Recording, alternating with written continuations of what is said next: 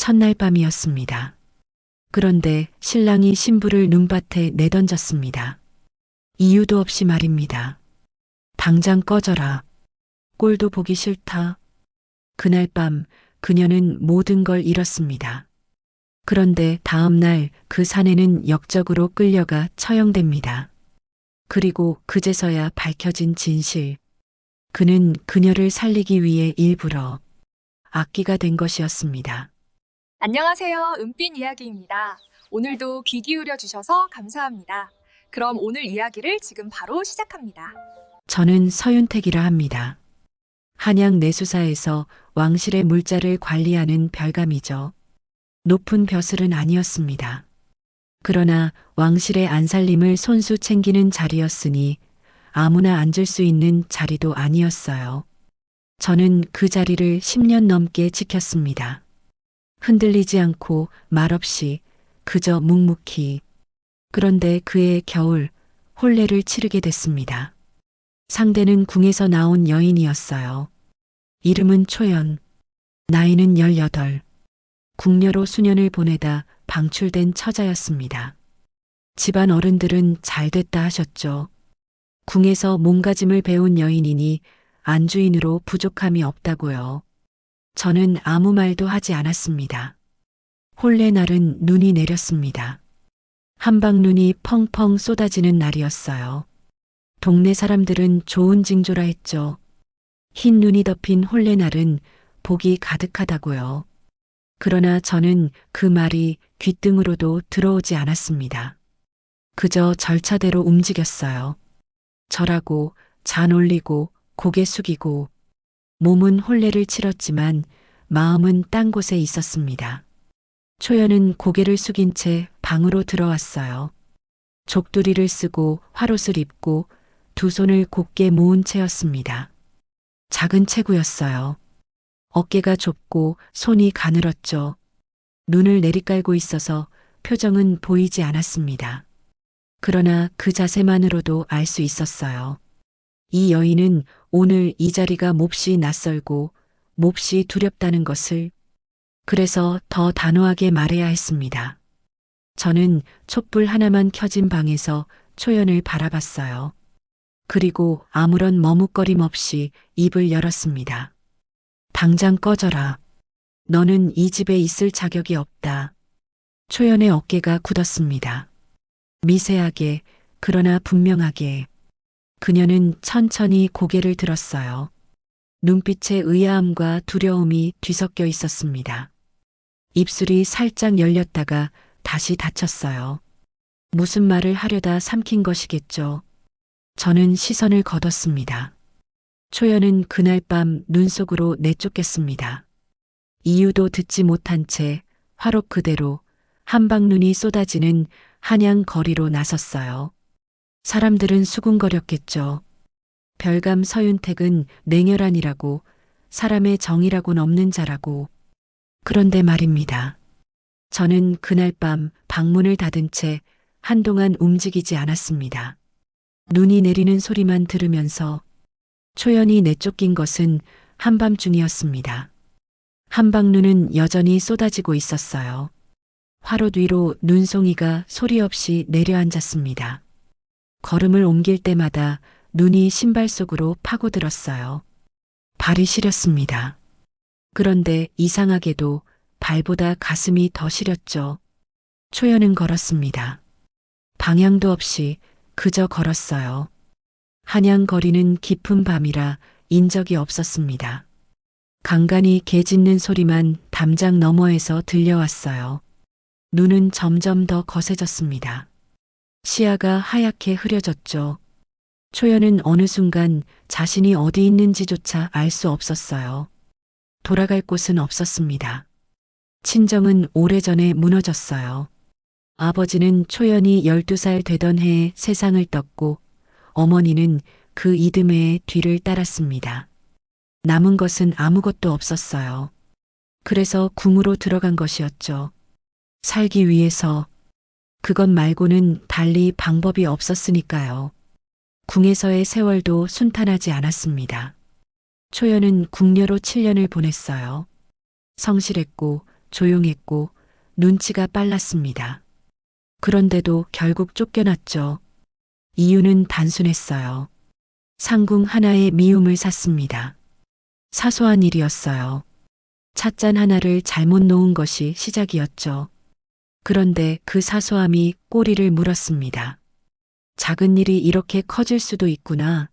초연은 그때 처음 알았어요. 궁에서 쫓겨난 여자는 갈 곳이 없었습니다. 그런 초연에게 혼처가 들어온 것은 뜻밖이었어요. 내수사 별감 서윤택. 집안 어른들이 주선한 혼례였습니다. 초연은 거절할 수 없었어요. 아니, 거절할 처지가 아니었죠. 그래서 혼례를 치렀습니다. 그리고 첫날 밤에 내쫓겼어요. 세상이 두 번 자신을 버린 셈이었습니다. 초연의 다리가 풀렸습니다. 어느 골목 어귀에서 무릎이 꺾였어요. 눈 위에 주저앉았습니다. 화롯이 눈에 젖었지만 일어날 힘이 없었어요. 눈이 얼굴 위로 쏟아졌습니다. 눈꺼풀이 무거워졌어요. 그대로 눈 속에 묻혀도 좋겠다 싶었습니다. 그때였어요. 거기 누구요? 이 밤에 거기서 못하는 거요? 굵고 걸걸한 목소리였습니다. 초연은 눈을 들었어요. 등잔을 든 노파가 서 있었습니다. 허리가 굽고 얼굴에 주름이 깊었지만 눈빛은 또렷했어요. 포구에서 소금을 파는 염상이었습니다. 이름은 덕내. 혼자 살면서 포구 한켠에서 수십 년을 버텨온 여인이었죠. 덕내 노파는 초연을 일으켜 세웠습니다. 아무것도 묻지 않았어요. 그저 등잔을 앞에 들고 걸었습니다. 초연은 비틀거리며 그 뒤를 따랐어요. 노파의 방은 작고 낮았습니다. 그러나 따뜻했어요. 아랫목에 불기가 돌았죠. 초연은 그 온기에 닿는 순간 참았던 것들이 무너지는 것을 느꼈습니다. 그런데 품에 무언가가 있었어요. 내쫓길 때 방 한쪽에 놓여있던 상자였습니다. 서윤택이 아무 말 없이 문 옆에 두고 간 것이었어요. 초연은 그것을 무심코 들고 나왔습니다. 상자는 작고 낡았어요. 자물쇠가 채워져 있었죠. 열쇠는 없었습니다. 초연은 상자를 한참 바라봤어요. 이튿날 아침, 초연은 덕내 노파 앞에 두 손을 모았습니다. 저를 여기 두어 주십시오. 무슨 일이든 하겠습니다. 노파는 잠시 초연을 바라보더니 고개를 끄덕였어요. 그리고 한마디를 덧붙였습니다. 이름이 뭐요? 초연은 잠깐 멈췄습니다. 그리고 천천히 입을 열었어요. 연아입니다. 초연이라는 이름은 그날 눈 속에 묻었습니다. 이름을 버리면 과거도 버릴 수 있을 것 같았어요. 그렇게 연아는 살아남기로 했습니다. 이를 악물고 조용히 아무도 모르게. 상자는 며칠 동안 방 구석에 놓여 있었습니다. 연아는 그것을 열지 못했어요. 아니, 열고 싶지 않았습니다. 서윤택이 남긴 물건이었으니까요. 그 이름을 떠올리는 것만으로도 가슴 한쪽이 서늘해졌습니다. 그래서 그냥 두었어요. 보이지 않는 곳에 밀어두려 했지만 그러지도 못했습니다. 자꾸 눈이 갔어요. 덕내 노파의 염전일은 곧했습니다. 새벽부터 몸을 움직여야 했어요. 소금 가마니를 나르고 포구 상인들과 흥정을 했습니다. 손이 트고 등이 뻐근했죠. 그러나 연하는 내색하지 않았어요. 이를 악물고 움직였습니다. 몸이 고단하면 생각이 줄었으니까요. 그것만으로도 충분했습니다. 그런데 사흘째 밤이었어요. 바람이 거세게 불었습니다. 덕내 노파는 일찍 잠이 들었어요. 연하는 홀로 등잔 앞에 앉아 있었습니다. 방 안이 조용했어요. 바람 소리만 문틈으로 비집고 들어왔죠. 그 고요함 속에서 연하의 시선이 다시 상자로 향했습니다. 이번엔 손이 먼저 움직였어요. 상자를 끌어당겼습니다. 자물쇠를 살폈어요. 낡은 롯새 자물쇠였습니다. 열쇠가 없었죠.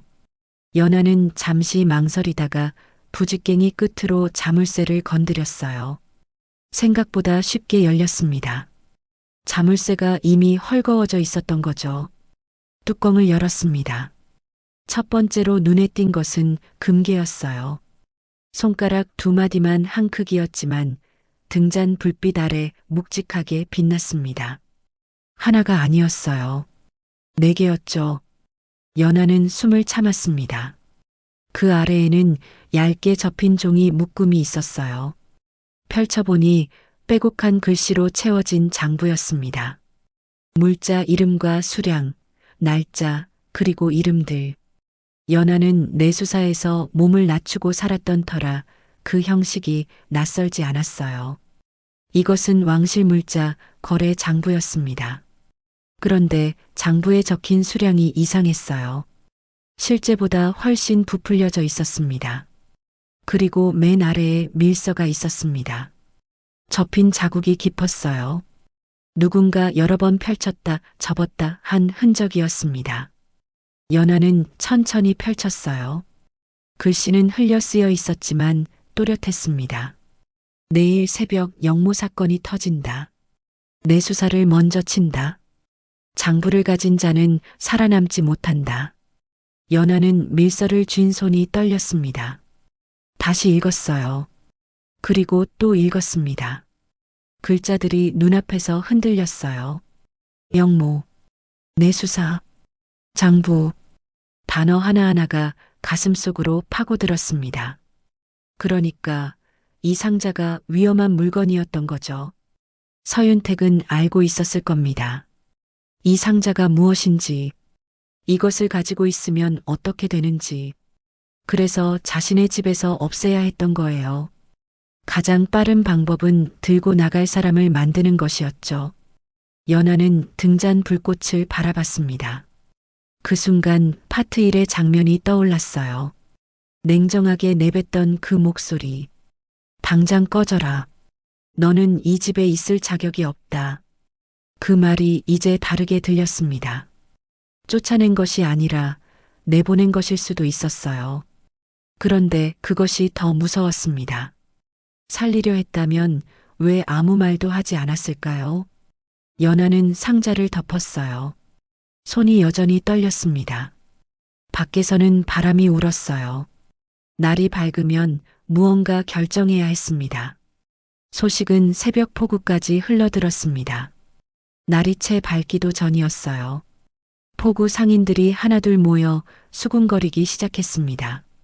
연하는 소금 가마니를 정리하다가 그 소리를 들었어요. 처음엔 먼 이야기처럼 들렸습니다. 그런데 점점 선명해졌죠. 내수사 별감 서윤택이 영모 혐의로 체포됐다고 했습니다. 연하의 손이 멈췄어요. 가마니를 쥔 손가락에 힘이 빠졌습니다. 귀가 먹먹해졌어요. 상인들의 목소리가 멀어지는 것 같았습니다. 그런데 이야기는 거기서 끝나지 않았어요. 집안 전원에 처형 명령이 내려졌다고 했습니다. 연하는 그 자리에 서 있었어요. 움직일 수가 없었습니다. 발이 땅에 붙은 것 같았죠. 머릿속에서 밀서의 글씨들이 떠올랐어요. 내일 새벽 영모 사건이 터진다. 내 수사를 먼저 친다. 그것이 어젯밤의 일이었습니다. 불과 몇 시간 전이었어요. 상인 하나가 목소리를 낮추며 말했습니다. 그 사내 미리 알고 있었다더라. 그러니까 처도 미리 내보낸 거 아니겠어. 제 살자고 철을 미끼로 쓴 거지. 옆에 있던 상인이 혀를 찼어요. 에이 설마. 알고 있었으면 자기도 도망쳤겠지. 도망치면 더 의심받지 않겠어. 그냥 버티다 잡힌 거야. 수군거림은 계속됐습니다. 연하는 그 자리를 벗어났어요. 폭우 끝 갯바위 위에 혼자 서 있었습니다. 차가운 바닷바람이 얼굴을 쳤어요. 눈이 시렸습니다. 그런데 눈물인지 바람인지 알 수 없었어요. 생각이 뒤엉켰습니다.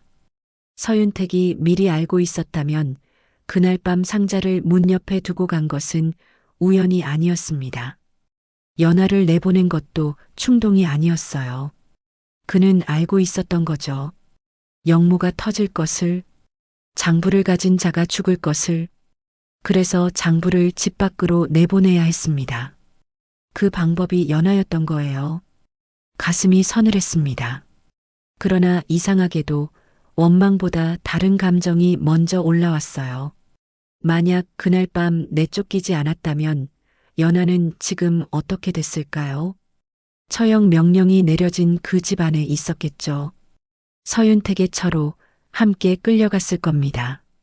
살아있다는 것이 죄스러웠습니다. 덕내 노파가 갯바위까지 걸어왔어요. 노파는 아무 말 없이 연하 옆에 섰습니다. 바람을 같이 맞으며 한참을 서 있었어요. 한양에 돌아갈 생각이요? 연하는 대답하지 못했습니다. 돌아가면 죽소. 그 집 사람이었으니까. 노파의 목소리는 낮고 단단했어요. 틀린 말이 아니었습니다. 연하는 알고 있었죠. 서윤택의 처로 혼례를 치른 이상 그 집안과 묶인 몸이었어요. 돌아가는 순간 영모 가담자의 처로 붙잡힐 게 뻔했습니다. 그런데 상자가 있었습니다. 연하의 방 구석에 놓인 그 낡은 상자. 금괴와 장부와 밀서. 그것을 가진 자는 살아남지 못한다고 했죠. 그러나 그것을 가진 자만이 진실을 알고 있기도 했습니다. 연하는 천천히 주먹을 쥐었어요. 바람이 다시 불었습니다. 폭우의 물결이 갯바위를 쳤어요. 연하는 눈을 감았다가 떴습니다. 무언가 결심한 얼굴이었어요. 그러나 그 결심이 어디로 향하는지는 아직 아무도 몰랐습니다. 연하는 그날 밤 울지 않았습니다. 울고 싶었어요. 눈물이 목끝까지 차올랐죠. 그런데 이상하게도 흘러내리지 않았습니다. 너무 많은 것이 한꺼번에 무너져서 오히려 아무것도 느껴지지 않는 것 같았어요. 덕내 노파의 방에 홀로 앉아 등잔을 바라봤습니다. 불꽃이 흔들렸어요. 바람이 문틈을 비집고 들어올 때마다 불꽃이 기울었다가 다시 섰습니다. 연하는 그 불꽃을 오래 바라봤어요. 꺼질 듯 꺼질 듯. 그러나 끝내 꺼지지 않는 불꽃을. 그러니까 살아야 했습니다. 죽은 듯 숨어 있으면 진짜 죽는 거였어요. 서윤택이 영모에 휘말린 것이 억울하다면 그 억울함을 밝힐 수 있는 사람은 이제 연하뿐이었습니다. 상자를 가진 사람도 밀서를 읽은 사람도 연하뿐이었으니까요. 살아서 증명해야 했습니다. 이튿날 아침 연하는 상자를 열었어요. 금괴 4개를 손바닥 위에 올려봤습니다. 묵직했어요. 이것이 지금 연하가 가진 전부였죠. 장부와 밀서는 따로 천에 싸서 깊이 묻어뒀습니다. 때가 될 때까지 아무도 몰라야 했어요. 포구 상단을 찾아간 것은 그날 오후였습니다. 항구에서 가장 큰 상단이었어요. 소금과 건어물을 다루는 곳이었죠. 연하는 상단 앞에 서서 잠시 숨을 골랐습니다. 그리고 안으로 들어섰어요. 그런데 문제가 있었습니다. 여자였어요. 항구 바닥에서 여자가 장사를 하겠다고 나서면 아무도 상대해주지 않았습니다. 연하는 그것을 알고 있었어요. 궁에서 배운 것 중 하나가 바로 그거였죠. 세상은 보이는 것으로 먼저 판단한다는 것. 그래서 다음 날 연하는 남자가 됐습니다. 머리를 올려 묶고 덕내 노파의 아들이 남겨둔 낡은 도포를 빌렸어요. 허리춤을 단단히 여미고 걸음을 고쳤습니다.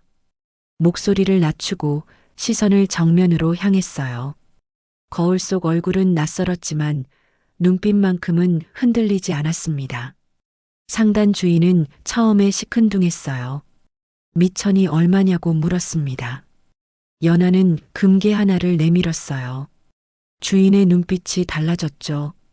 그것으로 충분했습니다. 연하는 그렇게 바닥부터 시작했어요. 짐을 나르고 물건을 싣고 흥정을 배웠습니다. 손이 다시 트고 등이 다시 뻐근해졌어요. 그러나 이번엔 달랐습니다. 쫓겨난 것이 아니었으니까요. 스스로 선택한 자리였습니다. 불꽃은 꺼지지 않았어요. 장부를 제대로 펼쳐본 것은 석 달이 지나서였습니다. 그 전까지는 볼 엄두가 나지 않았어요. 상단 일을 배우는 것만으로도 하루가 빠듯했습니다. 그런데 아무래도 마음 한구석이 계속 걸렸어요. 상자 속 그 빼곡한 글씨들이 자꾸 머릿속에서 어른거렸죠. 어느 밤 등잔을 바짝 당기고 장부를 펼쳤습니다. 처음엔 단순한 물자, 장부처럼 보였어요. 날짜, 품목, 수량, 수령인. 내수사에서 왕실로 오가는 물건들의 기록이었습니다. 그런데 천천히 들여다볼수록 이상한 점이 보였어요. 수량이 실제보다 부풀려진 항목들이 있었습니다. 그리고 수령인 이름 옆에 작은 글씨로 표시가 붙어 있었어요. 연하는 눈을 가늘게 떴습니다. 표시된 이름들을 훑었어요. 낯선 이름이 아니었습니다. 한양에서 내로라 하는 권세가들이었죠. 판서, 대감, 승지. 왕실 물자가 그들의 손으로 흘러들어간 흔적이 날짜별로 촘촘히 적혀 있었어요. 빼돌린 양도 적지 않았습니다. 몇 년에 걸친 기록이었어요. 서윤택은 그것을 모두 기록해두고 있었던 겁니다. 연하는 장부를 덮었다가 다시 펼쳤어요. 손이 떨렸습니다. 이것은 부패의 증거였어요. 권력자들이 왕실 물자를 착복한 증거. 그리고 그 증거를 쥐고 있던 사람이 서윤택이었습니다.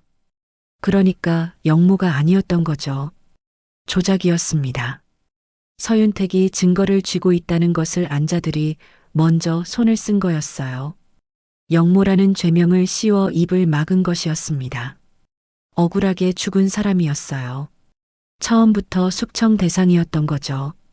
연하는 한동안 움직이지 못했습니다. 파트 1의 그 밤이 떠올랐어요. 냉정하게 내쫓던 그 눈빛. 그것은 냉혹함이 아니었습니다. 서윤택은 알고 있었던 거예요. 자신이 살아남지 못할 것을. 그래서 연하를 내보낸 거였습니다. 장부도 함께. 이 장부를 살려야 했습니다. 그런데 이것을 세상에 내놓는다는 것은 다른 이야기였어요. 증거를 들이밀 수 있는 자리까지 연하가 올라가야 했습니다. 상단 짐꾼으로는 어림도 없었어요. 그리고 이 장부의 존재를 눈치챈 자들이 아직 한양에 살아 있었습니다. 그들은 반드시 찾아올 것이었어요. 연하는 장부를 다시 천에 쌌습니다. 그리고 깊이, 더 깊이 묻어뒀어요. 등잔 불꽃이 흔들렸습니다. 꺼지지 않았어요. 발견한 것은 장부 맨 뒤쪽이었습니다. 장부 표지 안쪽에 얇은 종이가 풀로 붙어 있었어요. 석 달 동안 들여다보면서도 몰랐습니다. 표지가 두껍다고만 생각했죠. 그런데 등잔 불빛에 비춰보니 안쪽에 글씨가 비쳤어요. 손톱으로 조심스럽게 뜯어냈습니다. 풀이 마르면서 종이가 살짝 들떠 있었어요. 펼쳤습니다. 글씨는 작고 촘촘했어요. 그러나 또렷했습니다. 서윤택의 필체였어요. 연하는 단번에 알아봤습니다. 혼례날 혼서지에서 봤던 그 글씨였죠. 내가 이것을 읽고 있다면 살아남은 것이다. 잘됐다. 나는 처음부터 너를 내보낼 생각이었다. 함께 있으면 반드시 죽는다. 너의 궁녀 시절 기록도 이미 그들의 손에 들어갔다. 궁에서 쫓겨난 여자가 내수사 별감의 처가 됐다는 것만으로도 그들은 너를 없앨 이유로 삼았을 것이다. 그러니까 내가 먼저 버렸다. 미안하다. 그리고 부탁한다. 이 장부를 살려라. 연하는 읽다가 멈췄습니다. 다시 처음부터 읽었어요. 그리고 또 읽었습니다. 글자들이 눈앞에서 번졌어요. 언제부터 눈물이 흐르고 있었는지 몰랐습니다. 분노가 먼저 올라왔어요. 왜 말하지 않았냐는 것이었습니다. 그 한마디면 됐어요. 위험하다고, 나가야 한다고 한마디만 했다면. 연하는 눈 속으로 쫓겨나면서 얼마나 무너졌는지 몰랐던 것이었죠. 이유도 모른 채 버려진 그 밤이 얼마나 길었는지 분노가 치밀었습니다. 손이 떨렸어요. 그런데 그 다음에 무너졌습니다. 서윤택은 알고 있었던 거예요. 말하면 연하가 남으려 했을 거라는 걸, 함께 있겠다고 버텼을 거라는 걸, 그래서 말하지 않았던 겁니다. 냉혹하게 내쫓는 연기를 했던 거예요. 당장 꺼져라. 너는 이 집에 있을 자격이 없다. 그 말이 연기였습니다. 끝까지 단 한 번도 흔들리지 않는 연기였죠. 연하는 밀서를 가슴에 끌어안았습니다. 소리 없이 울었어요. 어깨가 떨렸습니다. 참으려 했는데 참아지지 않았어요. 덕내 노파가 문 밖에서 기척을 냈지만 들어오지 않았습니다. 노파는 알고 있었겠죠. 이 울음은 혼자 울어야 하는 것이라는 걸. 한참을 울었습니다. 그리고 눈물이 멎었어요. 멎은 것이 아니라 바닥난 것 같았습니다. 연하는 손등으로 눈가를 훔쳤어요. 숨을 골랐습니다.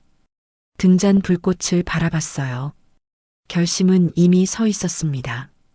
장부를 살리는 것, 서윤택이 모은 증거를 세상에 내놓는 것, 억울하게 죽은 사람의 이름을 되돌려 놓는 것, 그것이 연하가 살아있어야 하는 이유였어요. 아무래도 쉬운 일이 아니었습니다. 증거를 들이밀 수 있는 자리까지 올라가야 했어요. 그리고 그들은 아직 한양에서 권세를 누리고 있었습니다. 연하는 밀서를 장부 안에 다시 접어 넣었어요. 그리고 천천히 일어섰습니다. 허리를 폈어요. 눈이 부었지만 눈빛은 달랐습니다. 흔들림이 없었어요. 이제 시작이었습니다. 수년이 흘렀습니다. 연하는 조선 최대 상단의 주인이 됐어요. 포구의 소금 장사로 시작해서 한양까지 올라왔습니다. 남장으로 버텼던 시절도 있었고 상단 주인들에게 무시당한 날도 셀 수 없었죠. 그러나 연하는 한 번도 물러서지 않았어요. 서윤택이 남긴 밀서 한 장이 등불이 됐습니다. 꺼지지 않는 불꽃처럼요. 장부를 세상에 내놓은 것은 상단이 한양에 자리를 잡은 이듬해였습니다. 연하는 조용히 움직였어요. 권력자들의 부패 증거가 담긴 장부 사본을 만들었습니다. 그리고 사헌부에 발이 닿는 선비를 통해 흘렸어요. 한꺼번에 터뜨리지 않았습니다.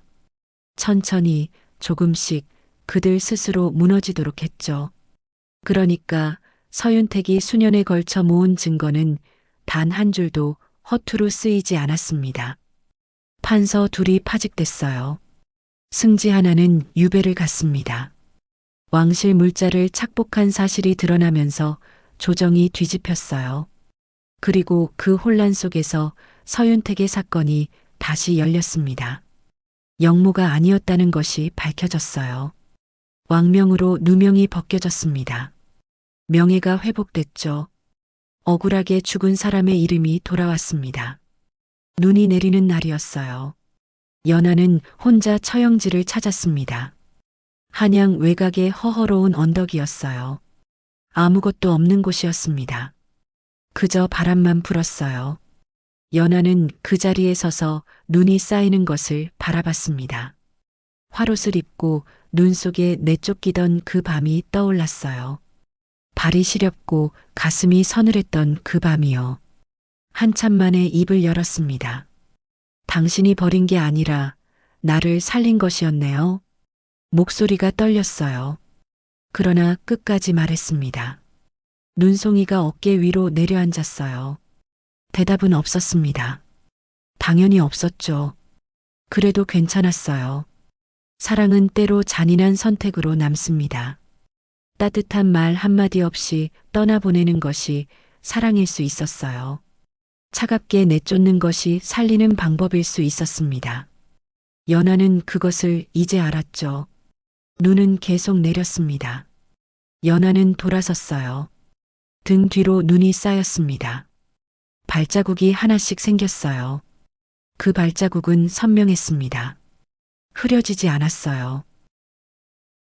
여기까지 은빛 이야기였습니다. 오늘의 이야기가 마음의 작은 여운으로 남았기를 바랍니다. 다음 이야기에서도 조용히 진심으로 찾아뵙겠습니다. 고맙습니다.